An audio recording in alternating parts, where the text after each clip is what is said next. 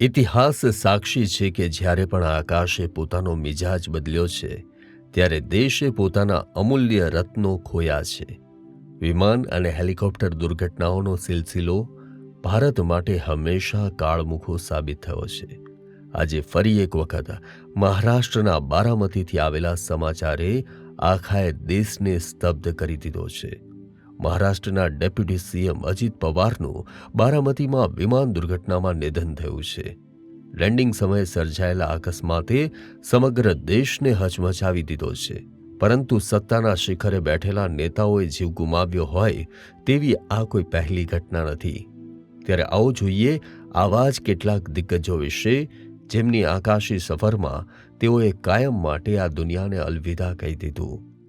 ગત વર્ષની જ વાત કરો, 12 જૂને ગુજરાતના અમદાવાદમાં એર ઇન્ડિયાના વિમાન અકસ્માતને કોણ ભૂલી શકે, જેમાં ગુજરાતના પૂર્વ સીએમ વિજય રૂપાણીએ જીવ ગુમાવ્યો. તો વર્ષ 2002ની 3 માર્ચે લોકસભાના અધ્યક્ષ જીએમસી બાલયોગીનું હેલિકોપ્ટર આંધ્રપ્રદેશના કૃષ્ણા જિલ્લામાં એક તળાવમાં ખાબક્યું અને તેમનું નિધન થઈ ગયું. તો વર્ષ 2005માં ઉદ્યોગપતિ ઓપી જિંદલ અને હરિયાણાના કૃષિ મંત્રી સુરેન્દ્રસિંહનું હેલિકોપ્ટર સહારનપુર પાસે દુર્ઘટનાગ્રસ્ત થઈ ગયું.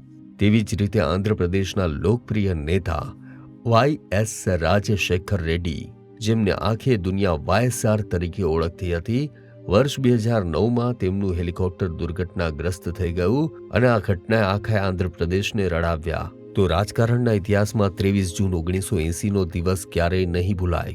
પૂર્વ વડાપ્રધાન ઇન્દિરા ગાંધીના પુત્ર સંજય ગાંધી, કે જેઓ પોતે પણ કુશળ પાયલટ હતા, દિલ્હીમાં વિમાન પરથી તેઓએ કાબુ ગુમાવ્યો અને અકસ્માતના ભોગ બન્યા. વર્ષ 2001માં કોંગ્રેસના દિગ્ગજ નેતા માધવરાવ સિંધિયાનું ખરાબ હવામાનના કારણે યુપીના મેનપુરી પાસે પ્લેન ક્રેશ થઈ ગયું.